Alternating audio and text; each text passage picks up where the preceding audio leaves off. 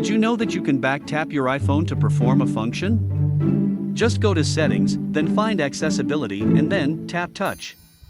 Scroll all the way down and there is a back tap setting. When clicking the back tap, it will give you an option to select the function to perform if you either double tap or triple tap the back of the iPhone. That's it.